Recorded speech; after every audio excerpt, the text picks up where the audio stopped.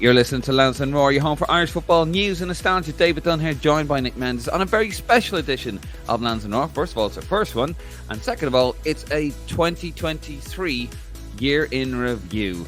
We're going to take you through the trials and tribulations of Stephen Kenny, Vera Pauw, and anyone else really that's within our firing line. So you're very welcome. Sit back, relax, and enjoy the show. Nick, you're very welcome. First edition of Lansdowne Roar, really. It's all a bit weird. It's all a bit mad. A bit of a, as you can see in the background there, if you're watching on a YouTube channel, is a construction site in the background. I'm not going to go with the blurry thing. I'm sorry, Martin is not going to be pleased. But then he should have been honest, shouldn't he? He was. This has been recorded in the morning, and where was it? He was at West Ham Arsenal. He was watching his favourite player last night. His favourite Irishman. I mean, Englishman. Yeah. I mean, he's got a lot in common there, but I suppose. He does, doesn't he? Yeah. Similar bedfellows. Great result last night for Liverpool as West Ham beat Arsenal 2-0. Just very pleased with that. So top going into the new year, we hope. But anyway, that's enough of the Premier League. We're going to talk about the Republic of Ireland. We're going to talk about the different denominations. Is that the right word? Denominations. And probably not allowed to say that anymore. No, I can't say anything anymore, really. No. God. We nearly have to go around with paper bags over our heads now, going into 2024, don't we? Yeah, and a ruler so we can slap ourselves on the wrist. But yeah, so basically what we're going to do is we're going to go through the women's. That sounds wrong. We're going to go through... Cancelled again. Yeah, Jesus, I haven't even... First episode of 3 minutes in and... To Lansdowne Roar. Already offended people. Yeah, tell me about it. But we're going to go through the women's team. We're going to go through the under-21s and the senior team anyway, bit by bit. And we're going to have a little discussion and see how they got on. Are you ready, Nick? I think so.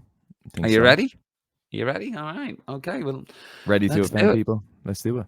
Yeah, well, I think we've already succeeded on that one.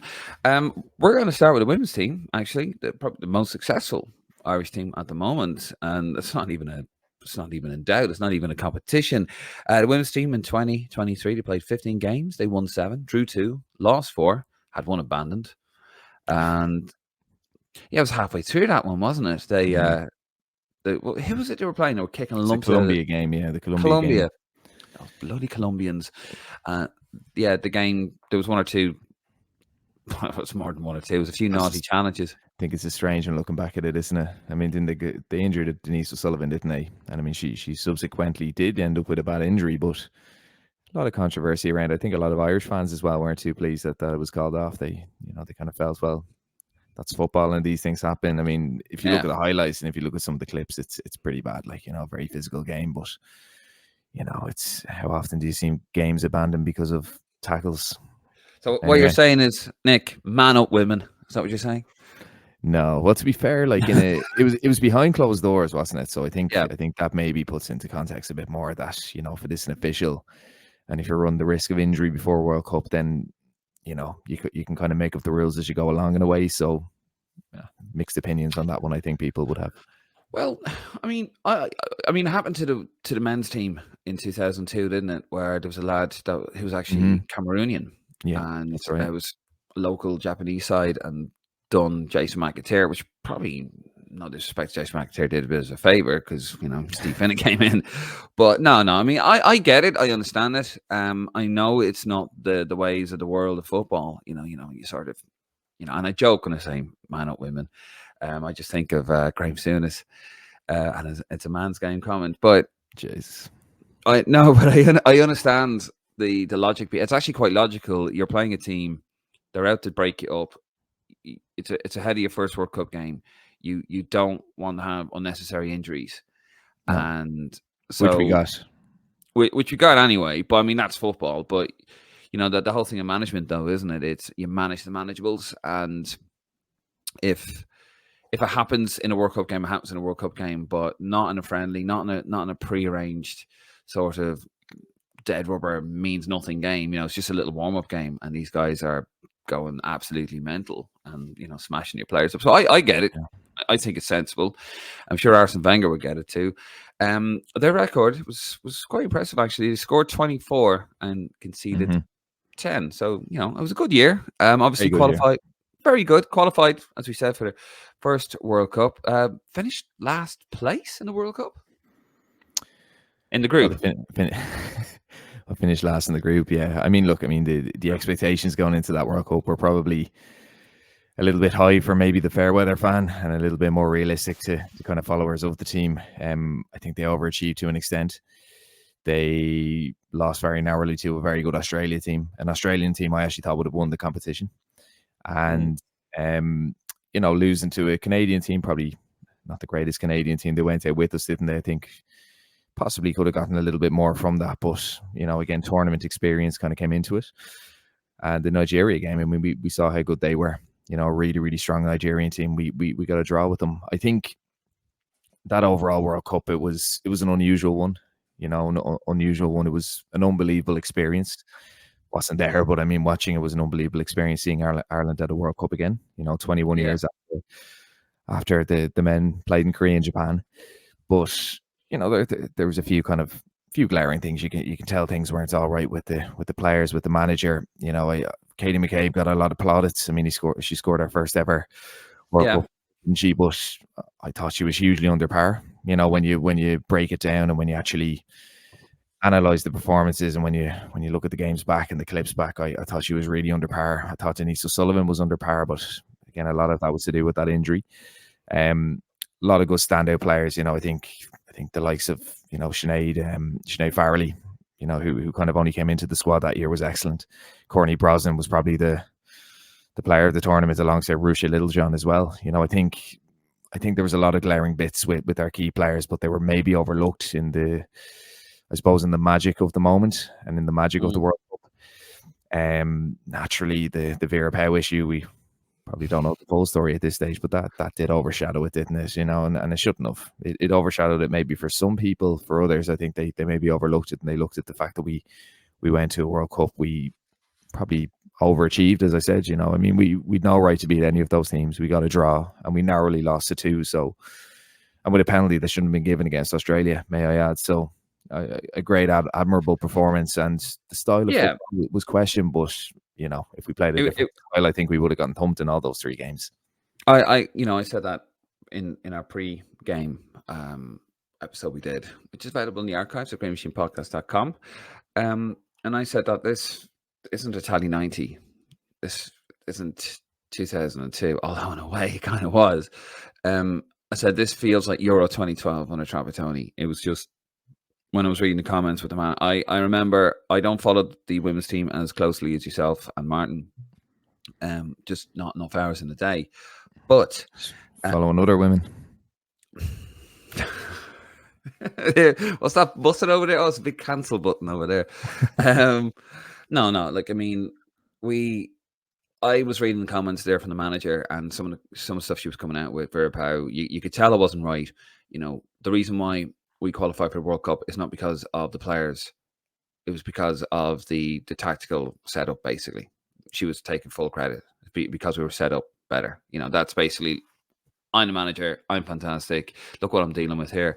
Now, it seems to be quite a common theme amongst foreign managers that take over the Irish team. They seriously underrate the players, rightly or wrongly. They seem to seriously underrate the players. Well, we probably go the other direction and seriously overrate the players, and that's just this common theme that you see with Irish teams over the years. It did crescendo into a massive row at the end. We saw the clip in the last game where Katie McCabe was questioning the manager, asking maybe for a substitution, and Vera Pauw's like, absolutely not, I'm the coach, which I think is right, by the way. Yeah. You shouldn't be doing it. But, there was obviously an issue beforehand. There was all these accusations made, and I think the Athletic article had come out before the World Cup, which was absolutely rubbish timing, investigating and opening up the can of worms, Vera Pauw, where the FAI had previously fully supported her when they came out earlier in the year. I think it was just after we qualified, in fact. And then, of course, the Athletic article comes out, and the FAI are like, oh, we don't know about this. And you could feel that. It was just a very uneasy camp. You got that impression from it. Do you think was the dismissal correct with Pau? Was it player power? What was it? Everything? What? It was just a strange one, wasn't it? And I mean, we don't know the full story. We probably will in a couple of years' time when books come out. Yeah, it's a strange one. I think Pau was an elite manager. I think we mentioned it a few times in the last few years, didn't we? We said it's one of the best appointments the FAI have made with any team. She got us to our first ever tournament. Where very, very good teams hadn't managed to reach tournaments. Now it was constant improvement as well. Massive improvement. And I mean, we actually had her on the show this time last year, didn't we? And she kind of spoke about how she implemented those improvements. And she's a very, very impressive woman. In terms of the player power stuff, we don't know the full story. There was a lot of reporting. I think a couple of media outlets unfairly, overdid it on Vera. I think some of the players, I think Katie McKay probably did have more of a say than she should have. And understandably, Pau didn't like that, and Pau, as the manager, didn't need to like that either.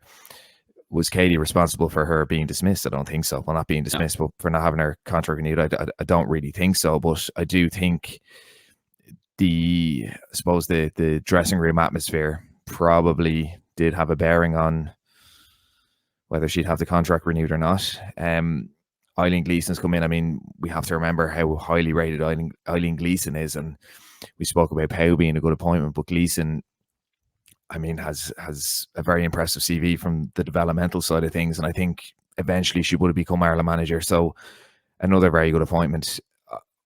You were big, probably, weren't you?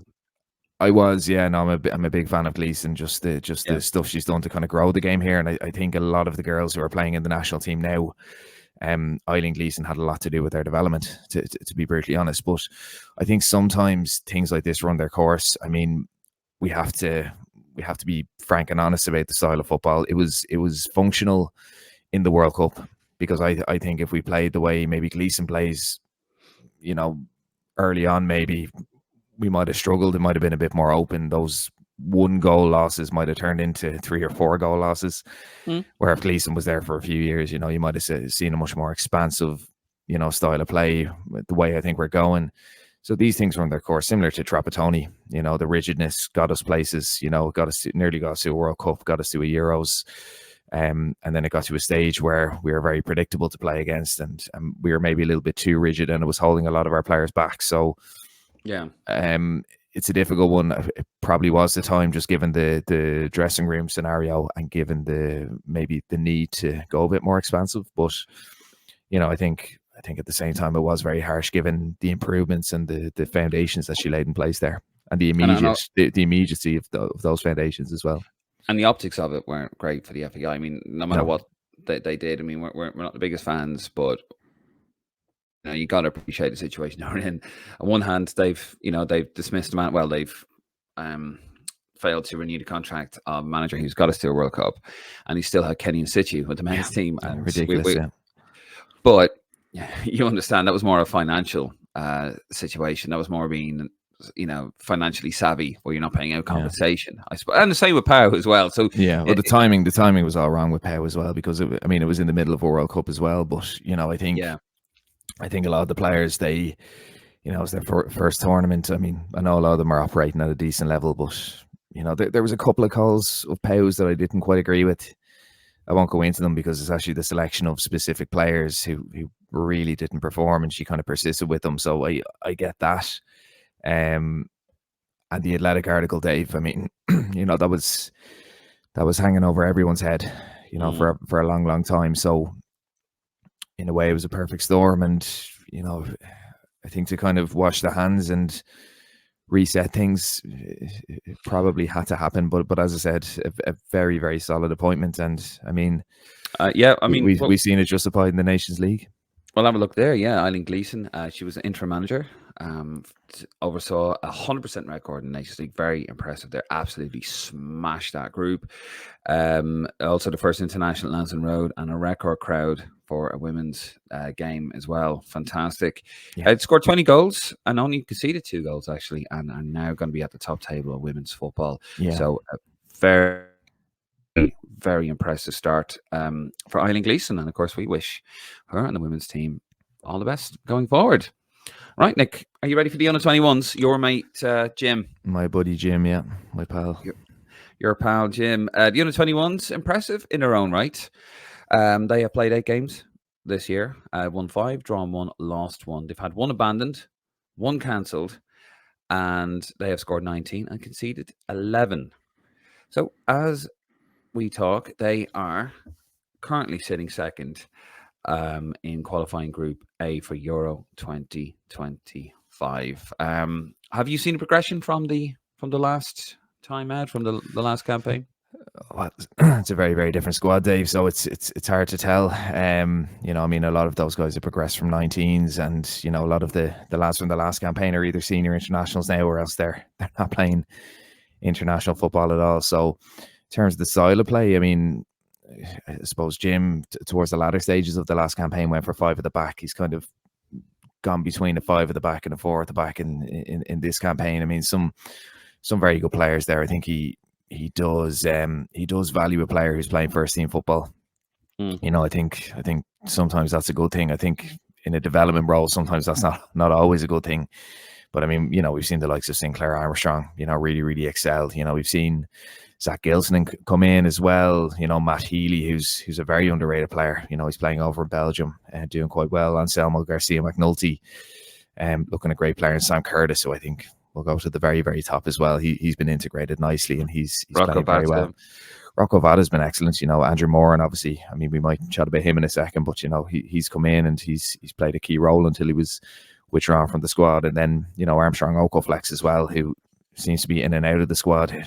Don't know what the story there is with him and Crawford. Yeah, but you know, some very good individuals. I think Jim's been blessed since he's taken over the job with the talent pool he's had to work with. So progression wise, it's always hard to judge with under 21s. But you know, the one criticism I'd have is I suppose the inability to kind of hold on to leads. You know, like we should be leading that group. I think Norway and Italy. I mean, the Italy game in particular, you know, it was just a poor fashion that we conceded the goal. But having said that, in the last campaign, you know, we were scoring goals in the latter stages of games. So, but again, like different group, very short window to work with them. So it's hard to tell if they progress or not. But they're in a good position.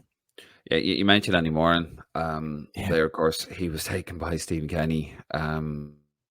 And not played actually in the game against Holland, Netherlands, and New Zealand. He plucked him, and he took him from the under 21s when they were due to play Norway and Italy. He was the captain. Actually, he was going to be the captain for those games. He didn't play in the Netherlands game in Amsterdam, and I think he came on for a few minutes. He came on for a few minutes in the game against New Zealand. Made his debut. Great, but you know, he would have been better off with. He would have been better off with the under-21s. I mean, that was just another poor decision from Stephen Kenny. And it's kind of funny because when he was under-21s manager, he wouldn't give any, you know, he wouldn't give Mick McCarthy anything. And then the shoes on the other foot, he's like, no, I'm taking him. Yeah, and that's a frustrating one to look back at because, as I said, it's 2 games there where we dropped 2 points. You know, Moran's playing first team football. Excuse me, I have a little bit of a throaty thing. Oh yeah. Yeah. So look, it's sorry, where was I? Yeah, look, he's playing first team football. He probably would have made a difference there. You never know. Like, I mean, look, we could have gone out and lost the 2 games, but I think the manner in which Kenny failed to utilize him. I mean, it's good for a young lad to experience a senior camp. I get that, but they need to be on the pitch as well. And I mean, the fact he didn't play against the Netherlands, dead rubber, nothing to play for other than pride. Yeah, he should have started that game. I think he should have started that game. What would we have lost? He's probably the type of player we were missing in that game. And then the New Zealand game, he certainly should have started. You know, I mean, he got a few minutes against the 104th ranked team in the world. I mean, it didn't justify it, apart from the fact that he spent a bit of time with the lads in a camp where the regime was about to end. So very, very naive. I think Kenny will justify it somehow. I think Crawford will justify it in respect to Kenny, out of the fact that he did spend time with the lads and he did experience an international window. But, you know, having said that, you know, it's I think tournament experience is very important for young lads. You know, if you look at the 92 group, So it would have been Robbie Brady and Jeff Hendrick, John Egan, those lads. They all went to a under-19s European Championship, I think. And that tournament experience kind of kicked on to a Euros. I know Egan didn't go to to Euro 2016, but tournament experience is important at under 21 level. For lads to experience being away, playing 3 games in quick succession, putting up with each other and all that. And if they're sacrificing that because they wanted more and to spend a bit of time around the Castleknock Hotel, then I don't really know, but it was a strange one. I mean, strange things go on, and as I said, there will be people who will excuse it and who will find ways to justify it. Yeah, Pat Dolan was one of them, but no, I think it was ridiculous, and I think it was. I mean, justified Kenny's decision making as well. It's as to why he's not in the job anymore, I suppose. Yeah, I mean, we'll get to that in a second, but just finish up Andy Moore. And I think, if you're going to take him out, you're going to take such a pivotal part out of a pivotal component out of the under-21s. He was going to be captain, for those games, and you're going to take him out, and you're not going to play him. You have to play him. You've made a rod for your own back. You've got to play this guy, and the fact that he didn't, I think, was just outrageous. I know Didi Hamann went off and won a little bit, and that's where Pat Dolan, fired back in his article in the Irish Star at Didi Hamann, who's a pundit on RT television, an adopted Irishman he is. But no, it was a ridiculous decision. You've got to play him, and to not play him at all in a game against the Dutch where you're just playing for pride. Give the this is your reward. You've done very well for the under-21s. You're going to start in Amsterdam. And if it doesn't work, it doesn't work. Then that's on the manager, and then that's where management comes into it. I'm going to put you in. There's no pressure on you at all. I'm the manager. I've made a decision. And if it doesn't work out for you, pal, it's not on your shoulders. It's on my shoulders because I am the manager. I've made that decision. Go out and enjoy your stuff. And you never know. He might go out and score. He might stink the place out. He might go get a hat-trick. You don't know. And that was the problem with Kenny, wasn't it? He couldn't see the wood from the trees. But we're going to get onto him now, actually, onto the senior team, who had an appalling 2023. I went to every game. I did every match. I went to... obviously Dublin, which is still a ball ache to get to sometimes, especially when you're flying with Ryanair. Because I'm based in London, by the way. I remember actually put a post up giving travel advices to people. Oh yeah, if you're going back, if you're going out of Dublin, going to Dublin Airport, just be aware there's long queues. And there's people going, why would people be leaving Dublin? You don't all live in Ireland? Is that all right with you? But anyway, I digress. Went to every game, Paris, Athens, Portugal, Amsterdam, just a fantastic time. Just unfortunately, the football was absolutely dreadful. And this record, I mean, it doesn't lie, really, does it? Played 10 games, won 3, 2 of those against Gibraltar and Latvia. Drew 1, which was New Zealand. Lost 6, none abandoned. Nick, you've done the notes here. None abandoned. Thank you for pointing that out. Because the 20, I can't remember if you mentioned, but the 21s, I mean, the women had 1 abandoned, and the men had 1 abandoned, didn't they? And 1 cancelled. So that's right. One cancelled because the team didn't show up or something, wasn't it? Yeah, Gabon didn't show up, and they knew. Pretty sure the Q8 game was abandoned, or was it just? About 90% sure it was. Anyway, doesn't matter. That's none abandoned for the seniors, which is good. No, actually, we probably could have done one if you abandoned, to be honest. Scored 9, conceded 13. An appalling year, absolutely dreadful. I never bought into this nonsense that the game against France, this is a turning point. Everybody, that was just ridiculous. I think people were trying to say at the time that the performance against France was encouraging. Basically, they hadn't really watched the game properly, in my opinion, because, all right, you lose 1-0 to France, possibly the best team in the world, runners-up in the World Cup. Yeah. However, France, they look at the Nathan Collins possible equaliser in the last minute and a fantastic save. But if you look at it realistically, France were strolling around that park, and if we had got a goal back, they would have scored 3. It was just Yeah, golfing class. I thought we were pretty good in that French game. I think Chidozie Ogbene, who I'd have mixed opinions on as a player. That's an unpopular one, but anyway, I thought he was very effective in that game. And I thought that was probably our best game of the campaign. apart from the 2 wins against I just bloody don't think. Gibraltar, but the other games, I mean, someone, I can't remember who it was, one of the pundits anyway, and I kind of took their point in it, but it could have been Kevin Doyle, who most people can't stand, but I would rate. But in most campaigns, even when we've been at a very low ebb, we've managed to get points off the top teams. Like that French team, look, are phenomenal. They're a different level. That Dutch team, I watched them in Dublin. Are they stronger than us? Yes. Are they at the same level as France? Absolutely not. That's probably the worst Dutch team I've ever seen. And I think the away game, I remember Stephen Kenny saying, "Oh, we've only lost 1-0, but we never looked like scoring. They looked like scoring about 3 or 4. They just weren't clinical. They weren't good enough." The game at home, we were 1-0 up and we just capitulated. So I think we should have gotten points off the Dutch. The French, the French are a different level, but the Greeks, Dave, I mean, that's where it was lost, really, wasn't it? That's where his job was lost. Another poor team, and people will say, well, we don't have the players in X, Y, and Z. Well, the Greeks certainly don't have the players. The Greeks certainly don't have the players, and they have the system, and they played a very, very nice brand of football. They broke us down very well.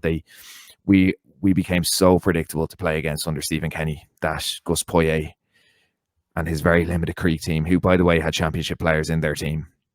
Because people say, Ireland have all championship players. The Greeks had a couple of championship players in their team, and they tore us to shreds. And it's unacceptable, really. That I hate that argument. But we only lost 1-0. Yeah, did you watch the game?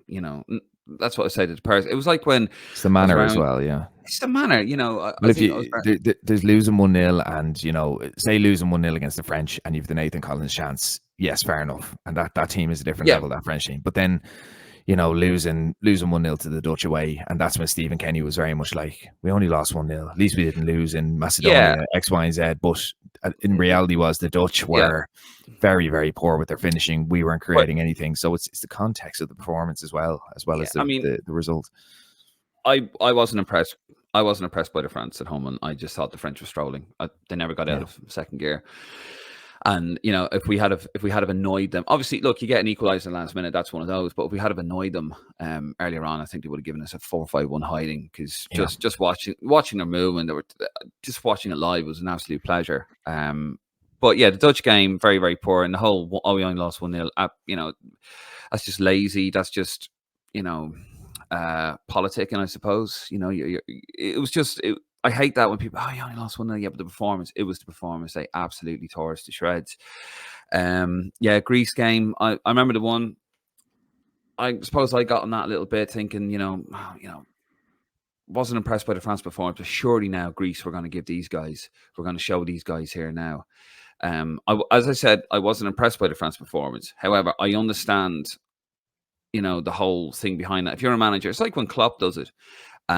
Or when any top manager does it, where you take all the positives, you praise the players. It's a false narrative, but you use that false narrative to manage your players. They're all against us, or that was really good, lads. Come on, and it builds that confidence. I understand that, and I thought, okay, maybe a bit of that with the Greece game, and the one in Athens, man. It was a quarter full, and the atmosphere was still pretty hot and heavy.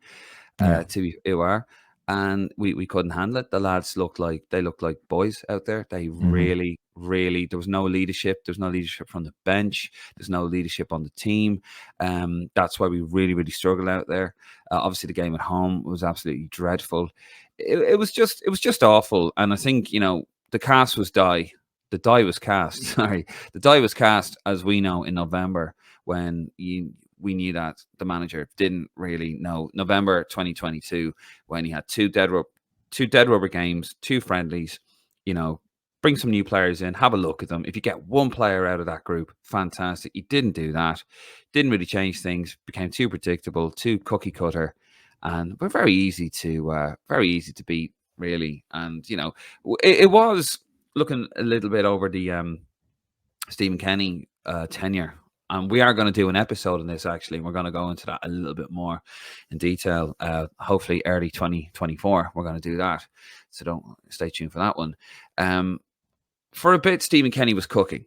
Some of the performances there in 2022, you go, oh, okay, here we go. Like we've turned the corner here. Scotland away for me, I think, was our best performance under Stephen Kenny.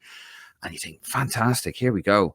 And then the whole November thing happened, and that was it. We were just sussed out, weren't we? And you know, a savvy manager like Gus Poyet, an experienced coach, master of the dark arts as well, and they just outfought us, outclassed us, out tactical us. Sorry, it's early for me, folks. It's early morning, but yeah, it just showed the naivety of the management team.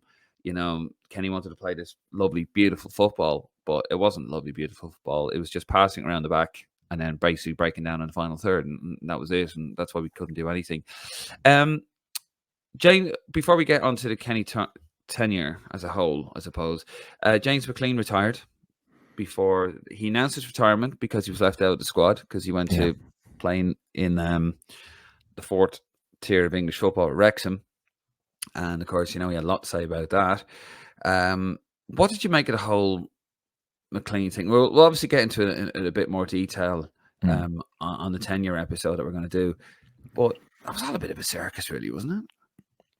Yeah, it was a weird one. It was a strange one. I think we made the argument around the time that, you know, better players, more, maybe not decorated, but more established players, more successful players didn't have a going away party and a celebration for their 100 cap, you know, the way it was. I mean, it was balloons.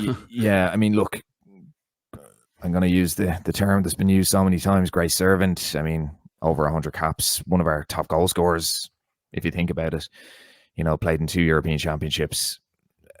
Ability-wise, yeah, I mean, I think he put it himself. You have to have some kind of ability to play in the Premier League, to play in the Championship, to play international football. So there was ability there. I always admired his delivery. You know, I always admired his vigor. Probably not my favorite player, just in terms of his style of football and that kind of thing. And yeah. You know, but you know, but he kind of put a lot of pride into that shirt, where there hasn't been a lot of pride in that shirt in the last decade or so. You know, we've seen guys come and go, and we've seen guys who maybe jog around a little bit for us. And to be honest, Dave, I think a lot of lads put a lot of pride into the shirt, and you know, I think people talk about him running around and putting 100% in. I think nearly everyone puts 100% in, bar maybe several players. He's just more vocal about it. He is a bit more vocal about it, you know. Yeah. I'm kind of doing this in a roundabout way. I'm saying no one runs around, then all of a sudden I'm saying everyone runs around. But I know what you mean. Look, I know what you mean. Yeah, as you said, he's vocal, and I think he adds a pride to the Irish national team that's probably been lost amongst fans, amongst the nation for a long time. And I think not just players, but if every person had the same approach to the Irish national team that James McLean had, I think we'd actually have a better national team. I think we'd have a better mood in the country, you know. But it also shows, and no major disrespect to him, but I suppose he was a limited player, and you know, I think the fact he got to 100 caps probably shows what we've had in the last 10 years. But at the same time, you can't take it away from him. All power to him. I actually think he played some of his best football under Stephen Kenny. I think he must have been 32, 33 when Kenny came in, and he actually adapted his game. I think Kenny had a bit to do with that as well, but he adapted his game. He was very, very solid. I don't think he really had, he might have had one or two poor performances under Kenny, but for the most part, I think he was our best player of the Kenny regime. The whole 25-year-old wing back. Exactly, yeah. And I actually think he found his best position. You know, I don't think he was fully technically good enough to be a left winger. I don't think he was fully defensively good enough to be a left back, but as a left wing back, I think he, and I remember thinking that years ago, even under Martin O'Neill, I thought he should have been a wing back. But look, I mean, as I said, like he does a huge amount for the country. As I said, if everyone had the same approach as fans that James McLean has to the national team, we'd be in a better place. The whole thing around it, the 100 cap thing, I mean, people say, I don't know if it was you that said it, Dave, or a pundit, or who it was, who said it was maybe a little bit manufactured, because I think he was brought in the previous game where he didn't really need to be brought in. So we'd have the Dublin thing. Now, I think most players who've gotten 100 caps have gotten that kind of reception, maybe not to that extent, but they have been brought out with their families or whatever. And the whole going away thing, in New Zealand, I mean, look, there was about 10,000 fans there, and I think that kind of spoke volumes, first of all, about how people felt about Stephen Kenny, how they felt about the national team, and I think McLean might find that there wasn't as many people that loved him as he thought. Yeah. But at the same time, I mean, you know, it is something to celebrate. It's a player who's been in nearly every squad, I think, since he was first called up, and I mean that speaks volumes. I mean, if every player was doing that, then we'd also be in a better place. So it's more for what James McLean stood for. It's more for James McLean's standards. Like I said, the ability was there. It probably wasn't. He was never world class, nor were many of our players. But I think his attitude, his approach, his mentality towards the Irish national team, turning up, even as a fan, you know, the way he supports the team and ups the team, you know, I think it was admirable, and it's something we need more players and more fans to look at. Yeah, I mean, with McLean, I think there's this image around him. You know, you had the picture of him. They all do it now, but there was a picture of him with the Ireland flag, back in the New Balance days. That's a few years ago. And you know, this lad from Derry doesn't wear the poppy. He's very vocal about it. You know, he calls out the bigotry in England. You could argue that he hasn't helped him, and he hasn't helped himself. Let's be honest, with the way he's gone about it. In England, with some of the posts, like the one with the children with the mask on, and the whole balaclava, the balaclava, the whole history lesson, stuff like that. Very, very, very unwise. But that's kind of unapologetic. That's the way he's played. That's him. Like, he plays, his personality comes through on the pitch. And we're not, you know, I know he's very sensitive as well to criticism. About his football. He says he isn't, but he is. But at the same time, I get that because, I mean, it's very hard to put yourself in that situation where thousands of people hate you and thousands of people are actually threatening you like that. That's a very insecure and horrible place to be. And but that's not to do with his football ability. That's his political view, and the way he goes about his political view. But what I mean, just his footballing ability, very sort of unapologetic, you know, very direct, very honest as well. I think with him, and I mean, he's very sensitive. Genuine. He's very sensitive about that. But I don't think there's anything to be ashamed of. He's maximised his ability, and it is a shame that he didn't start as a left wing back sooner, because I think he took to that role like a duck to water. But, you know, look, fair play to him. I think he's going to be back. I think he'll probably come back in March when the friendlies that have been in this. I think so. Yeah, I think. I think it depends on the manager. You know, I think it depends. It'll depend on the manager. But we don't have a lot of left backs. It just depends. If it's someone like Chris Hughton who's pragmatic, I think he'll bring him in. I don't think he's going to play in any of the Nations Leagues, but he'll just bring him in like a transitional period. I just can't see it happening. I can't see it happening. I think whoever comes in will want to take us in a certain direction, and I don't think James McLean would be part of that. You know, unfortunately for him, I think if we had an interim manager, which we're not, like the under-21s, I think he definitely would have come in, because you just want to keep the doors out, the options open for the next manager. But I don't know. I think we're going to see him. I just don't. We don't have a lot of depth in left back at the moment, if I'm honest. But anyway, not many players retire from international football anymore. You know, a lot of them, maybe the top nations they do, and the top players they do. But you know, in terms of Ireland, I mean, the last one I remember is Dave McGoldrick, and you know, apart from that, like years ago, you would have had lads. I remember Matt Holland retiring quite young. You know, I remember Steve Finnan retiring quite young and coming back into international football. Gary Kelly as well. You know, these lads were all maybe in their late 20s, early 30s. Where McLean and McGoldrick are the only two. So I very much felt it was, well, this is my terms. You know, this is my terms. I'm doing it my way. Which is fine. You know, but at the same time, you know, he probably wants to prolong his career. He probably wants to play a lot longer. And, you know, international windows can be an opportunity for players to recover, you know, to spend time with family as well. Something that he really values. If he's asked to come back, he'll come back. I think so, yeah.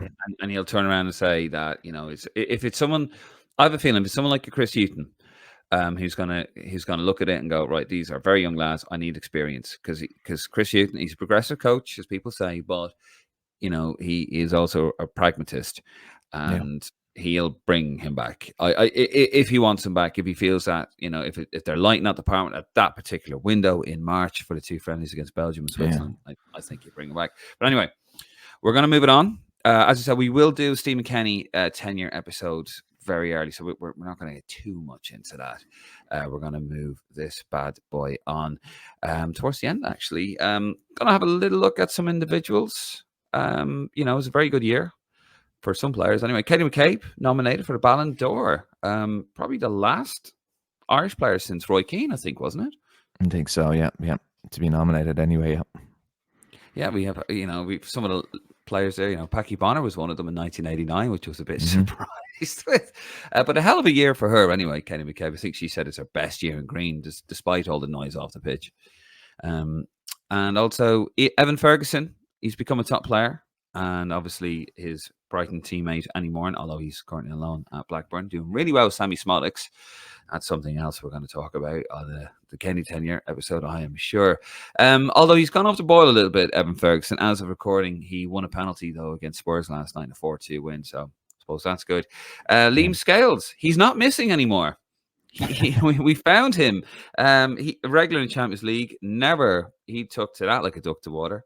Man of the match in the Champions League. He did very well. I mean, Celtic are a poor side in Europe anyway. But they finally won a game, and he's done really well there. Sammy Smolix, of course. Smolix. He's at the moment 2023 Championship top scorer. As I said, we'll talk about him a bit more in depth, but he couldn't get into the Ireland squad on Stephen Kenny. Yeah, it's all a bit mad. So, out of 10, as a whole, out of 10, how would you rate it as a year for Irish football, international football? Oh Jesus! I'm going to give it a 6, and I'll tell you why. The men's national team don't even get a score for me. To be brutally honest, they don't even get a score for me. It's the worst I remember. Like, I'm following the team. What am I now? 32, so close to 30 years, let's say. I'm following the team, and that's the worst I remember. I think Evan Ferguson's a massive positive. Huge positive. I think Liam Scales, I know we spoke about him briefly there, is a massive positive. For a young lad like that to start off, I suppose, in the first division of the League of Ireland and playing the Champions League, and just the hard work and vigor. Quality player. I think those two lads are they've maybe put things up a notch, and then you look at some of the young lads who've come in the last little while, like Sinclair Armstrong's a very, very talented guy. Andy Moore, and so Fessi Obaselli as well is another one who's probably gone under the radar a bit because he's playing over in Italy and people don't see as much of him. But I think those kind of individuals have maybe scored points, let's say, for the senior side. The women's team, look, 100% in the Nations League, absolutely fantastic, playing lovely football, and they've gone to a World Cup. Like, the lift even that a World Cup brings is huge. So they kind of bring it. They bring the points up a bit. I would say. I'd say a 6 out of 10, but if I know that the podcast focuses on the men's national team, and if we're just going off the men's national team rather than Irish football and the performances on the pitch just for the national team, we're not regarding club form or club players or anything like that. It's a 1 or a 2. It's the worst I remember, and I'm following this team very closely for most of my life. Generous. 2, I'd say, maybe, a 2. Yeah, the under-21s is what it is. They're going along nicely. Women's football has just grown from strength to strength. So they fantastic for them. I think the men's shocking. I'll be following the team probably a bit longer, about 35 years. I know I don't look it, but yeah, it's been abysmal. Steve Staunton era, though, this will always get compared with that. It's very hard to argue that it's not worse than the Steve Staunton era, although Steve Staunton had far better players to work with, and it was just, we never got a drubbing under Kenny in terms of scoreline. No, we didn't. Like, we never got a 5-2 Cyprus. We had a 1-0 in Germany in 06, but that's only because Shay Given had the game of his life in between the sticks for Ireland. But anyway, But yeah, this you'd have to think long and hard. In recent times, it's probably the worst Irish team, worst Irish performance. And Stephen Kenny can dress it up as much as he likes. We like Stephen Kenny. Don't get nasty with him at all. He's done his best, wasn't up to it. But yeah, this is really, really bad. You probably have to go back to the 70s, 60s, really to find worse results than that. But yeah, I'll probably be with yourself on that one. I'd give it a 6, but only because of the women's team and the drag factor of the men's team as well. Otherwise, it'd probably be about a 7 or an 8. Anyway, we're going to leave it there next. Thank you very much. And thank you out there for watching this. Of course, this is Lansdowne Roar, the new name for the Green Machine. If you liked what you heard, hopefully you did, you can pop over for the time being to the greenmachinepodcast.com. It will change to Lansdowne Road, lansdowneroar.ie in the fullness of time. But at the moment, it's still the greenmachinepodcast.com. You can head over to our socials on Facebook, on Twitter, on Instagram. And of course, if you want to see a video version of this and see the state of my current flat at the moment, my little rabbit running around, apologies for that, by the way. You can head over to a YouTube channel. That is Lansdowne Road YouTube channel. If you can leave us a review or a like or a cheeky subscribe, we'd very much appreciate it because it means a lot to us, really. Anyway, we're going to leave it there. If we don't see it before the year is out, Happy New Year to you. And hopefully 2024 is a much better year for Irish football. Anyway, Nick, and you guys out there, good night. God bless. And I'm not going to say, come on, you boys in green, because you've upset me. Come on, you girls in green. There we go.